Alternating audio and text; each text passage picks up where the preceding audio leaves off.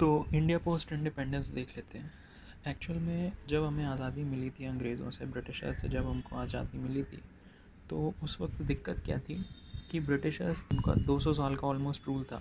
उस 200 साल में उन्होंने इंडिया को इतना ज़्यादा एक्सप्लॉइट कर दिया था, इंडिया की रिसोर्सेज को इतना ज़्यादा यूज़ कर लिया था, बिल्कुल ड्रेन हो गई थी इंडिया की अर्थ। लोग गरीब हो गए थे, लोग अनपढ़ थे, मतलब हर तरह की दिक्कत थी इंडिया के सामने।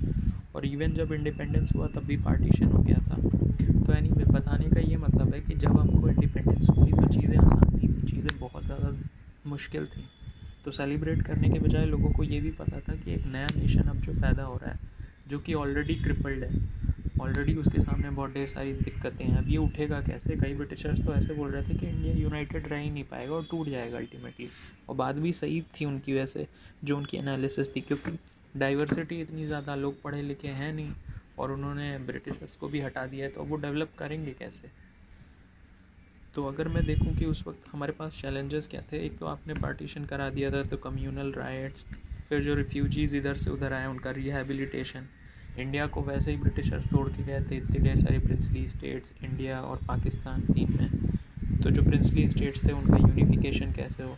इतना सब करने के बाद आपको अपना जब देश चलाना है तो उसके लिए कॉन्स्टिट्यूशन तो बनाना पड़ेगा। फिर कॉन्स्टिट्यूशन आपने बना लिया, आपको अपने देश को, मतलब कॉन्स्टिट्यूशन में जो कुछ लिखा है उसको इम्प्लीमेंट करने के लिए इंस्टीट्यूशंस बनाने पड़ेंगे, गवर्नमेंट बनानी पड़ेगी, जुडिशरी, ये सब।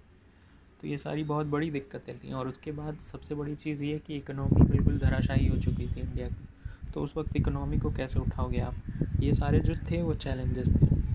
तो अब हम देखते हैं इन चैलेंजेस को एक स्टोरी के बेसिस पे याद रखने की कोशिश करते हैं। तो 15 अगस्त 1947 को जब हमको इंडिपेंडेंस मिली, इंडिपेंडेंस एक्ट ऑफ 1947 के थ्रू, तो उस वक्त हमारे अंदर मिक्स्ड फीलिंग्स थी। मिक्स्ड फीलिंग अब मैं क्यों कह रहा हूँ? मिक्स्ड फीलिंग में इसलिए बोल रहा हूँ कि पहली पॉजिटिव चीज़ तो ये थी, हम खुश इसलिए थे कि हम इंडिपेंडेंट हो गए थे ब्रिटिशर्स के ऑपरेसिव रूल से। और बुरी चीज़ ये थी कि पार्टीशन हो गया था हमारी कंट्री का, वो भी बेस्ड ऑन रिलीजन। तो एक एक करके इस पर आते हैं। तो अब जब हम इंडिपेंडेंट हो गए थे, तो इंडिपेंडेंट होने के बाद ये है कि आपको कुछ चलाने के लिए चाहिए ना अपनी कंट्री। अब तो ब्रिटिशर्स रहे नहीं, कंट्री कौन चलाएगा? ऐसे ही थोड़ी छोड़ दोगे आप इतने ढेर सारे लोगों को। तो एक इंटरिम गवर्नमेंट बना दी गई थी जैसे इंडिया इंडिपेंडेंट हुआ था। ये इंटरिम गवर्नमेंट तब तक चलेगी जब तक कि हमारा फर्स्ट जनरल इलेक्शन नहीं हो जाता। इसी इंटरिम गवर्नमेंट को आप जानते हो कॉन्स्टिट्यूएंट असेंबली के नाम से, जिसको कि कॉन्स्टिट्यूशन बनाने को भी कहा गया था। तो ये जो आपकी फर्स्ट गवर्नमेंट थी, इसके पीएम, इंटरिम गवर्नमेंट थी, इसके पीएम थे Pandit Jawaharlal Nehru, deputy prime minister थे सरदार पटेल, लॉ मिनिस्टर थे डॉक्टर BR अम्बेडकर। इन तीनों का ही बहुत ज़्यादा अहम रोल है, हम अभी देखेंगे। तो जब हम इंडिपेंडेंट हुए थे तो उसी वक्त मतलब PM नेहरू, जो पंडित जवाहरलाल नेहरू थे, उनकी एक हिस्टोरिक स्पीच आई थी जिसको कहते हैं ट्राइस्ट विद डेस्टिनी, जिसमें बोला गया था, at the stroke of midnight hour when the world sleeps India will wake to life and freedom. Anyway, तो उस वक्त ये पार्टी आ गई थी। लेकिन अभी हमारा कंट्री इंडिपेंडेंट हुई है, एक इंटरिम गवर्नमेंट बनी है, लेकिन डाइवर्सिटी इतनी ज़्यादा है कि ऑपोजिशन होना अनिवार्य है। हर तरह की आइडियोलॉजी के लोग रहेंगे वहाँ पर। तो उसी वक्त से ऑपोजिशन चालू हो गया था। फॉर एग्जांपल कम्युनिस्ट की हम बात करूँ, CPI party, communist party of India, तो हैदराबाद, वेस्ट बंगाल, यहाँ पर इन्होंने ऑपोजिशन चालू कर दिया था। हैदराबाद में तो तेलंगाना मूवमेंट भी हुआ था। तो एनीवे, पॉजिटिव एक्सपेक्ट ये रहा कि हमारे इंडिपेंडेंस मिल गई थी और हमारे पास एक इंटरिम गवर्नमेंट थी जो कि जिसकी कॉन्स्टिट्यूएंट असेंबली, जो कि कॉन्स्टिट्यूशन फ्रेम कर रही थी हमारी कंट्री का, और फर्स्ट जनरल इलेक्शन कंडक्ट करवाने वाली थी। नेगेटिव एस्पेक्ट क्या है पार्टी इंडिपेंडेंस का? वो ये है कि पार्टीशन कर दिया गया था ब्रिटिशर्स के द्वारा। और पार्टीशन की सबसे बुरी बात यह है कि सबसे पहले पार्टीशन आपने किसी कंट्री का कर दिया, वो तो दुख की बात है, लेकिन इन्होंने जो पार्टीशन कर दिया था वो रिलीजन के बेसिस पे किया था। और रिलीजन मतलब हिंदू और मुस्लिम इस बेसिस पे कर दिया था, जो कि बहुत ही ज़्यादा डिस्ट्रक्टिव साबित हुआ। और फिर पार्टीशन मतलब होता क्या है? बंटवारा। तो किस चीज़ का बंटवारा हुआ? तो ये याद रखने के लिए कि किन किन चीज़ों का बंटवारा हुआ, आप ऐसे समझ सकते हो कि सबसे पहले लैंड, जिस लैंड पे आप रह रहे हो उसका बंटवारा, फिर उस लैंड पे रह रहे जो लोग हैं उनका बंटवारा, फिर उन लोगों के पास जो पैसा है उनका बंटवारा। ऐसे दो कंट्री बंटती। एक कंट्री को दो में बांटना है तो ये करना पड़ेगा, उसकी लैंड डिवाइड करनी पड़ेगी, वहाँ पे रह रहे लोगों को डिवाइड करना पड़ेगा, पैसों को डिवाइड करना पड़ेगा दोनों कंट्रीज़ में। तो सबसे पहले लैंड को देखते हैं। तो लैंड मतलब इंडिया और पाकिस्तान में आप डिवाइड कर रहे हो, तो अभी तो कोई डिवीज़न है नहीं, तो यानी आपको एक बाउंड्री बनानी पड़ेगी। तो उस बाउंड्री के लिए इंडिया पाकिस्तान के बीच में जो बाउंड्री बननी थी उसके लिए क्या किया गया था, रेडिक्लिफ बाउंड्री अवार्ड आया, मतलब रेडिक्लिफ कमेटी खड़ी की गई थी और रेडिक्लिफ ने क्या किया था, एक बाउंड्री बना दी थी। अब इस बंदे के पास इतना ज़्यादा कम टाइम और कम रिसोर्सेज दिया था गवर्नमेंट ने कि ऑब्वियसली जो बाउंड्री बनती वो मतलब ग्राउंड पे जाके रिसर्च के बेसिस पे नहीं थी, वो तो एक ऑफिस में बैठ के कर दिया उन्होंने जैसे उनसे हो पाया।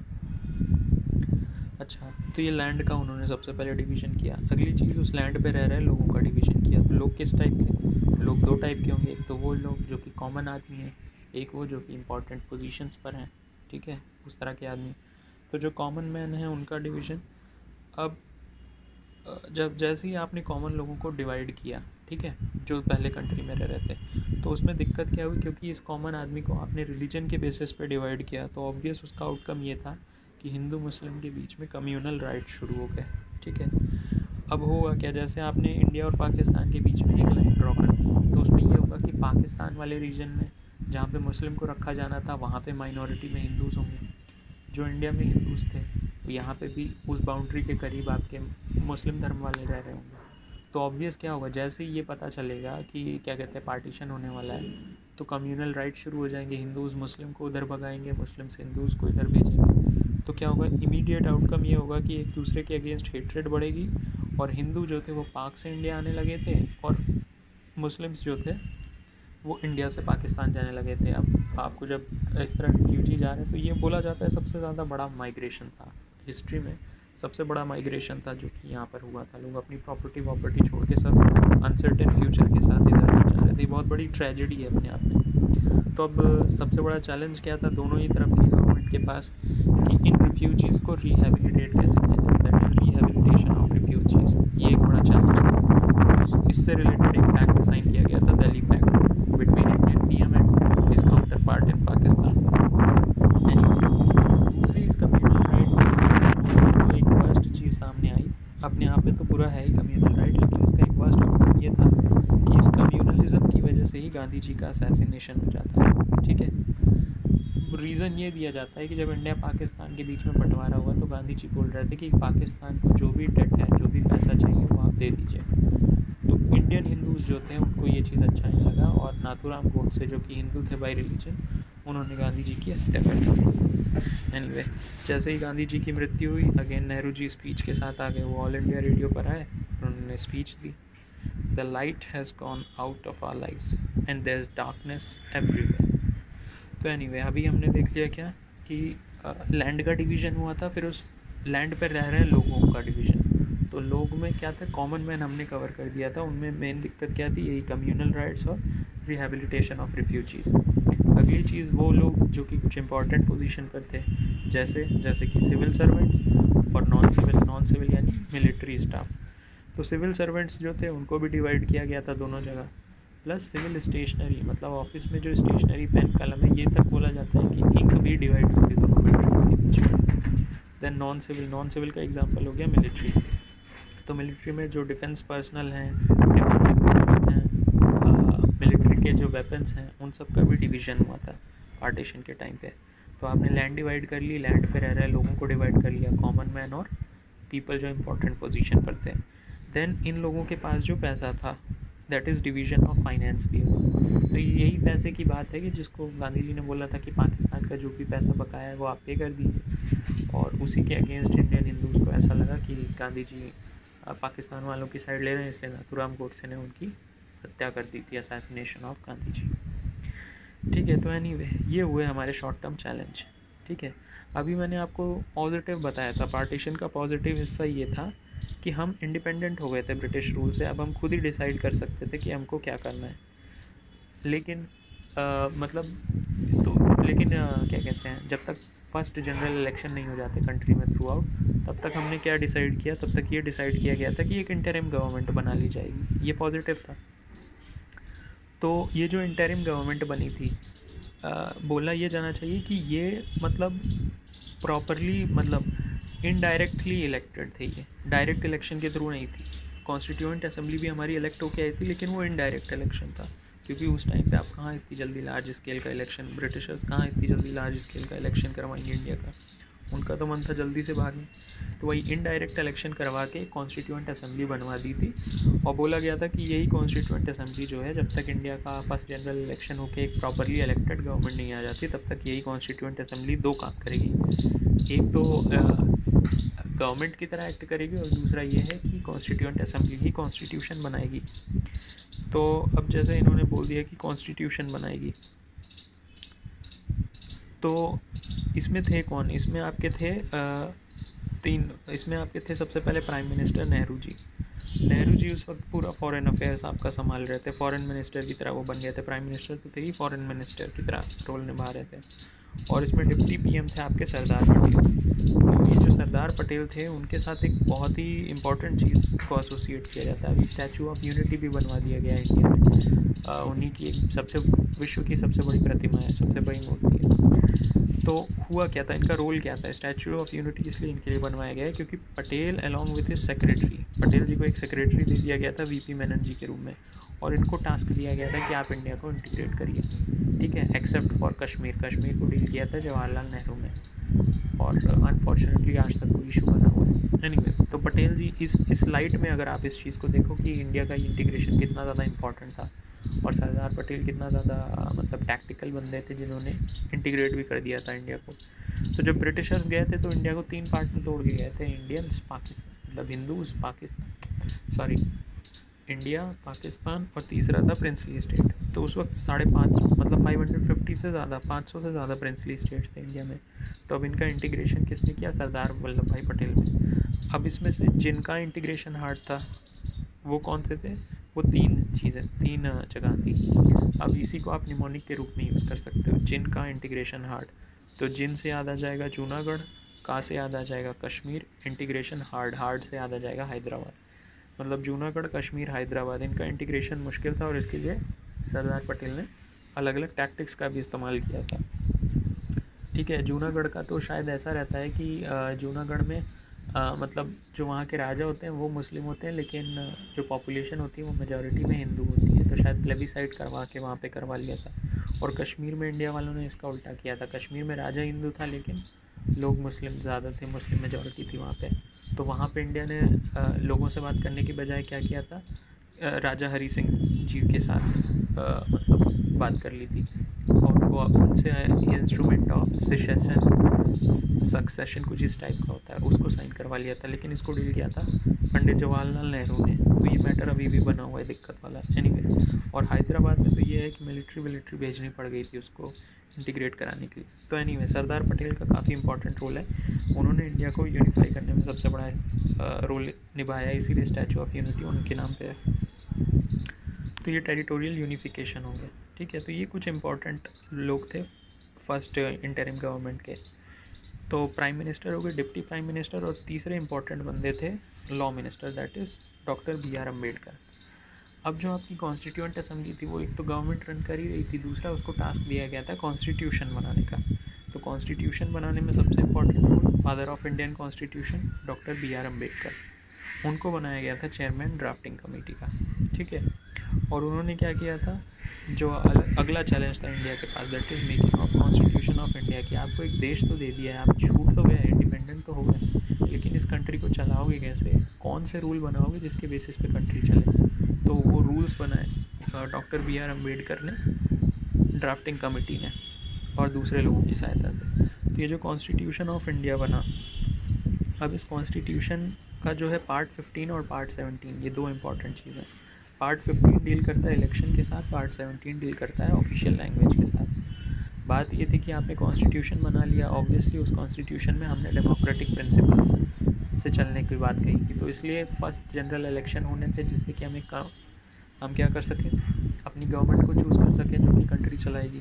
दूसरी चीज़ ये थी कि इंडिया एक बहुत ही ज़्यादा डाइवर्स नेशन था, तो वहाँ पे लैंग्वेज का इशू खड़ा होता था। अब ये लैंग्वेज का इशू यहाँ से खड़ा होगा, पंडित जवाहरलाल नेहरू और क्या कहते हैं लाल बहादुर शास्त्री, इंदिरा गांधी, सब डील करते रहेंगे। फाइनली शायद इंदिरा गांधी ही इस मैटर को रिजॉल्व करती हैं ऑफिशियल लैंग्वेज वाले। एनीवे, तो हम एक एक करके आते हैं इलेक्शन और ऑफिशियल लैंग्वेज वाले इशू पे। सबसे पहले हम देख लेते हैं इलेक्शन को। तो देखिए, इंडिया का जो फर्स्ट जनरल इलेक्शन था उसको कंडक्ट किया गया था based on the principle of universal adult franchise. और इसको बोला जाता है एक अनडॉक्यूमेंटेड वंडर। ये मतलब एक आश्चर्य कर देने वाला चमत्कार ही था जिसको कि डॉक्यूमेंट नहीं किया गया आज तक। तो एन अनडॉक्यूमेंटेड वंडर था हमारा फर्स्ट जनरल इलेक्शन।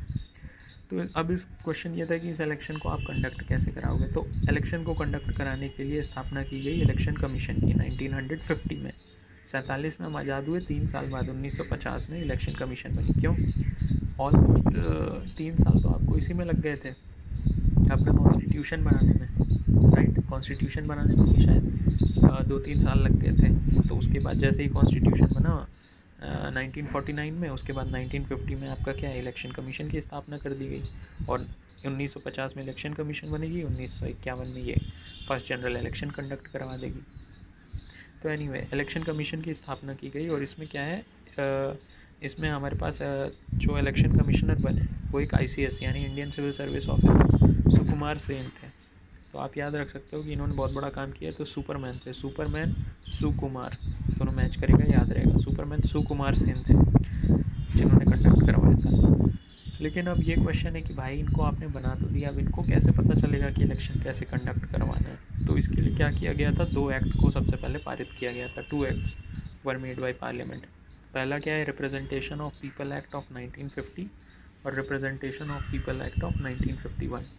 बस अब इस एक्ट में लिखा हुआ है कि कैसे कंडक्ट करवाना है आपको इलेक्शन। तो उसके बेसिस पे क्या है, ढेर सारी पॉलिटिकल पार्टीज़ आई, उन्होंने आपस में कंटेस्ट किया। द रिज़ल्ट इस इलेक्शन का ये हुआ कि इंडियन नेशनल कांग्रेस जीत गई। और 1952 में क्या हुआ था, हमारा कंडक्ट करवाया गया 1951 में इलेक्शन। और फिर क्या है कि इंडियन कांग्रेस जीत गई। इसमें क्वेश्चन ये है कि इंडियन नेशनल कांग्रेस तो जीत गई, लेकिन दूसरी पॉलिटिकल पार्टीज़ जो कि इसको अपोज कर रही थी वो कौन कौन सी थी। तो देखिए 1885 में क्या था, इंडियन नेशनल कांग्रेस का फॉर्मेशन हुआ था, जिसमें कि ढेर सारे लोग अलग अलग पार्ट से इंडिया के आए थे। और उन्होंने सोचा कि एक प्लेटफॉर्म मिल गया जिससे हम ब्रिटिशर्स के अगेंस्ट एक्ट करेंगे। तो तब से हमारे पास एक ही पार्टी थी, लेकिन इस पार्टी में भी इंडिया के अलग अलग जगह से लोग आए थे। और ऐसा ज़रूरी नहीं है कि सबकी आइडियोलॉजी एक ही हो। गोल एक ही था कि ब्रिटिशर्स को हटाना है, लेकिन उनकी आइडियोलॉजी अलग अलग थी। तो जब हमको इंडिपेंडेंस मिल गई तब एक पार्टी की कोई ज़रूरत नहीं है। तो अब जिनकी आइडियोलॉजी अलग अलग थी, जनरली वो इसी नेशनल कांग्रेस या फिर देश के दूसरे पार्ट से उठा और उन्होंने अपनी आइडियोलॉजी के बेसिस पे पार्टी बनाई। अब आइडियोलॉजीज़ क्या हो सकती हैं, आइडियोलॉजीज़ हो सकती हैं सोशलिज्म, कम्युनिज़म, कैपिटलिज्म या फिर रिलीजन। कम्युनिज़म, कम्यूनलिज्म दोनों अलग हैं। कम्यूनल यानी रिलीजन बेस्ड। तो इस तरह के 4 बेसिस पे पार्टी बनी। सोशलिज्म के बेसिस पे सोशलिस्ट पार्टी आ गई। कम्युनिज़म के बेसिस पे, जो कि USSR से कंसेप्ट ये प्रभावित है, उसके बेसिस पे कम्युनिस्ट पार्टी आई, CPI। और 1957 का इलेक्शन जो था उसमें पहली बार क्या हुआ था, CPI ने गवर्नमेंट फॉर्म की थी केरला में। और ये तब ऐसा पहली बार हुआ था कि डेमोक्रेटिक इलेक्शंस में कोई कम्युनिस्ट गवर्नमेंट आई हो पावर में। तो केरला में CPI आ गई थी। लेकिन 1959 में क्या हुआ कि प्रेसिडेंट रूल लगा दिया गया था केरला में, जिसकी वजह से क्या है, CPI गवर्नमेंट को हटा दिया गया, डिसमिस कर दिया गया। यह ऐसा पहली बार हुआ था इंडिपेंडेंट इंडिया में कि डेमोक्रेटिक इलेक्टेड गवर्नमेंट को डिसमिस किया गया था इमरजेंसी पावर्स का यूज़ करके। इसको माना जाता है कि ये हाईली मतलब अनडेमोक्रेटिक लीड थी पंडित जवाहरलाल नेहरू के अंडर। एनीवे 1959 में CPI को डिसमिस कर दिया गया। अब वही ये मुसीबत आती है तो पार्टी वाले ही साथ नहीं रहते। तो क्या हुआ, उसके जस्ट 3 साल बाद CPI में स्प्लिट आ गया और communist party of India 2 part में टूट गई, एक CPI और CPM। CPI क्या है, communist party of India. CPM है कम्युनिस्ट पार्टी मार्क्सिस्ट। तो जो CPI थी उसकी अप्रोच थी सेंटरिस्ट और राइटिस्ट। राइटिस्ट यानी बताते हैं अभी। और CPM क्या है, लेफ्टिस्ट पार्टी बन गई, लेफ्टिस्ट लोगों के बेसिस पे, ठीक है। मार्क्सिस्ट, तो मार्क्स से याद हो जाएगा मारो, और मारने का से याद आ जाएगा armed struggle to bring social change. Anyway तो यहाँ पे ये समझना ज़रूरी है कि लेफ्टिस्ट और राइटिस्ट क्या होता है, ठीक है। तो देखिए जब ये टर्म्स आए हैं फ्रेंच रेवोल्यूशन से। जब फ्रेंच रेवोल्यूशन हो रहा था तो उस वक्त फ्रेंच सोसाइटी 2 पार्ट में टूट गई थी। तो जब उनको इकट्ठा किया गया था तो जिस चैम्बर में वो लोग इकट्ठा हुए थे वहाँ पे लेफ़्ट साइड पे कुछ लोग बैठ गए थे, राइट साइड पे कुछ लोग बैठ गए थे। तो जो राइट साइड पे बैठे थे, आर फॉर रॉयल, वो फेवर में थे कि रॉयल मोनार्की रहनी चाहिए, रॉयल रहने चाहिए। मतलब एक तरह से बोला जा सकता है कि उनकी कंजर्वेटिव बोला जा सकता है कि उनकी कंजर्वेटिव टाइप की अप्रोच थी। तो एनीवे उनको बैठा दिया गया था काम राइट में थे वो, और जो लेफ्ट में थे वो क्या करना चाहते थे, उनका दिमाग में था डेमोक्रेसी और इस टाइप की आइडियोलॉजी। ठीक है, तो समझ में आ गया। राइट वाले क्या चाहते थे, यानी CPI जो है हमारी कम्युनिस्ट पार्टी ऑफ इंडिया, वो क्या है, वो स्टेटस को मेंटेन करना चाहती है, यानी जो हमारी मतलब कंजर्वेटिव्स टाइप की पार्टी है, जो चला रहा है उसी को चलने दो। और CPM क्या है, मार्क्सिस्ट टाइप की पार्टी है। मार्क्सिस्ट क्या बोलती है आपकी, CPM क्या बोलती है, CPM है आपकी लेफ्टिस्ट टाइप की पार्टी, यानी वो चेंज लाना चाहती है। और चेंज लाने के लिए वो कौन सा हथकंडा अपनाती है, आर्म्ड स्ट्रगल का। तो एनीवे, ये सोशलिज्म हो गया, कम्युनिज्म के बेसिस पे कम्युनिस्ट पार्टी हो गई। अगली चीज़ आई कैपिटलिज्म। कैपिटलिज्म USA वाला कंसेप्ट है, तो कैपिटलिज्म के बेसिस पे पार्टी आई स्वतंत्र पार्टी। ठीक है, और कैपिटलिज्म का तो बस एक ही बड़ा फंडा है। कैपिटलिज्म ये कहता है कि अगर देश की इकोनॉमी में, मतलब जो भी इकोनॉमी है उससे स्टेट को यानी कंट्री को अपने आप को इकोनॉमी से दूर रखना चाहिए, इकोनॉमी को फ्री छोड़ देना चाहिए, तभी कंट्री डेवलप करेगी।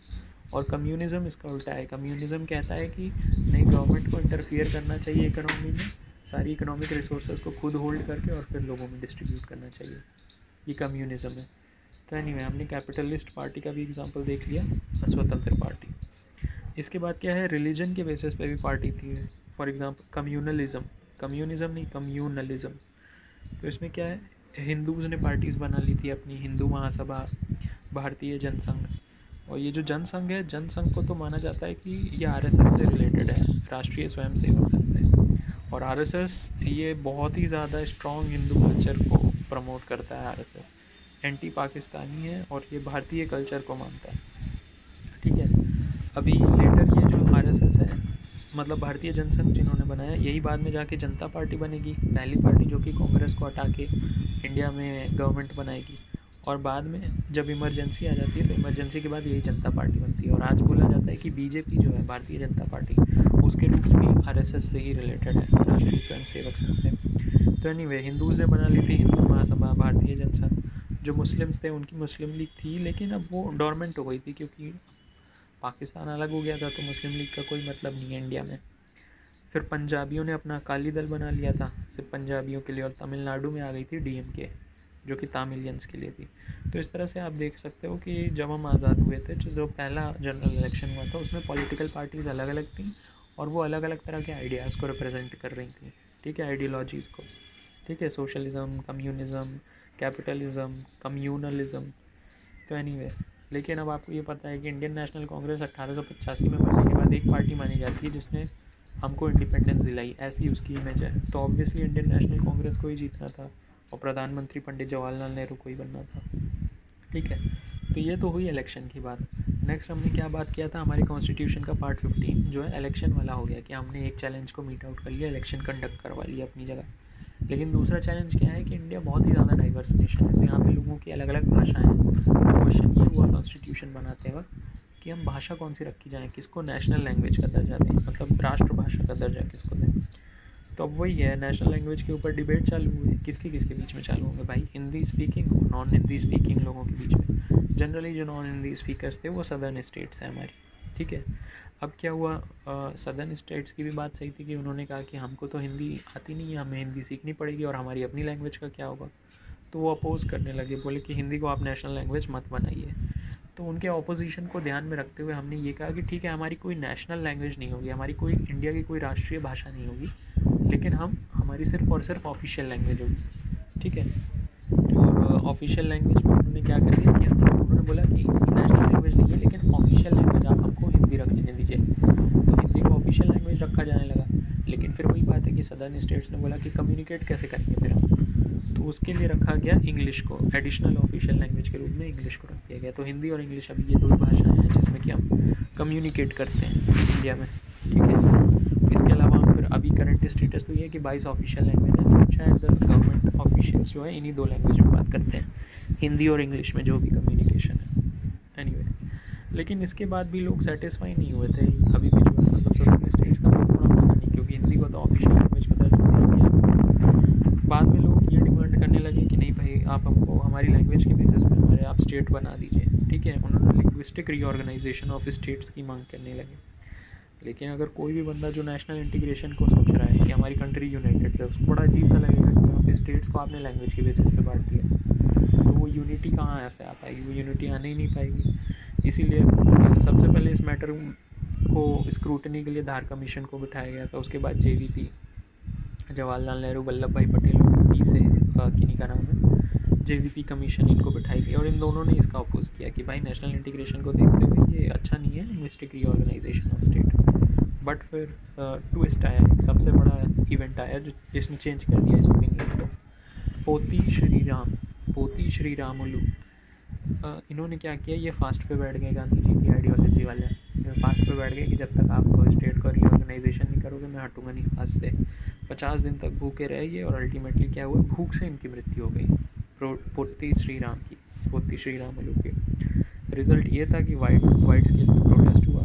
अब इमोशनली इंडियंस बहुत ही ज़्यादा एक्टिव हो जाते हैं जब भी इमोशन की बात आती है। एक बंदे को आपने ऐसे ही मार दिया और उसकी बात नहीं सुनी, लोग एजिटेट कर गए, अंत में हार माननी पड़ी गवर्नमेंट को और आंध्र प्रदेश क्रिएट कर दिया गया तेलुगु स्पीकिंग लोगों के लिए। मतलब मद्रास का ही हिस्सा था पहले आंध्र प्रदेश, लेकिन मद्रास से काट के आंध्र प्रदेश को अलग बना दिया तेलुगु स्पीकिंग लोगों के लिए। बस अब एक आदमी की आपने डिमांड मान ली तो वैसी डिमांड पूरी करने लगी, तो अलग अलग जगह से और लोग बोलने लगे नहीं हमको हमारी लैंग्वेज की चाहिए।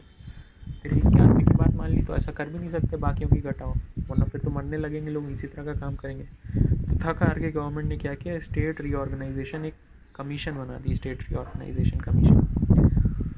और फिर वही है, उस कमीशन को यही बोला कि आप देखो कि कैसे रीऑर्गेनाइज कर सकते हो। तो इस कमीशन ने क्या किया, इस कमीशन के रिकमेंडेशन के बेसिस पे 1956 में स्टेट रीऑर्गेनाइजेशन एक्ट पास किया गया, जिसके बेसिस पे कई स्टेट्स बन गए। लेकिन फ्यूचर में भी क्या होगा कि आप ऐसा देखते रहोगे कि स्टेट्स बढ़ते जाएंगे। और अभी इवन रिसेंटली अभी तेलंगाना स्टेट हुआ था, फिर उसके पहले अभी जम्मू कश्मीर को 2 यूनियन टेरिटरीज़ में बदल दिया गया। तो ये होता रहा हमारा लैंग्वेज के बेसिस पे, और दूसरे कारण भी थे जिसकी वजह से स्टेट बनते रहे। एनीवे, ठीक है, तो अभी तक हमने क्या देख लिया, अभी तक हमने ये देख लिया कि जो आज़ाद भारत हुआ था हमारा, उसमें क्या था, हमको खुशी के तो कुछ पल थे, कुछ पॉजिटिव तो मिला था कि हम आज़ाद हो गए, लेकिन नेगेटिव ये था कि पार्टीशन था। और जब हम आज़ाद हुए थे तो एक टास्क आया था हमारे पास इंटरिम गवर्नमेंट बनाने का, जिसके बाद फिर उसको क्या था, कॉन्स्टिट्यूशन बनाना था, तो लैंग्वेज की प्रॉब्लम आई, और फिर इलेक्शन कंडक्ट करवाना था जिससे कि पहली फुल्ली इलेक्टेड गवर्नमेंट आ सके।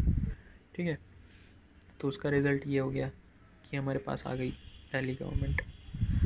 अच्छा, अब अगली चीज़ क्या है, अगली चीज़ ये है कि यहाँ से आगे की जो इंडिपेंडेंस की हिस्ट्री है, ठीक है, उसको हम कैसे कवर करेंगे। 1951 तक का आप समझ लो कि हमने इस तरह से कवर कर लिया।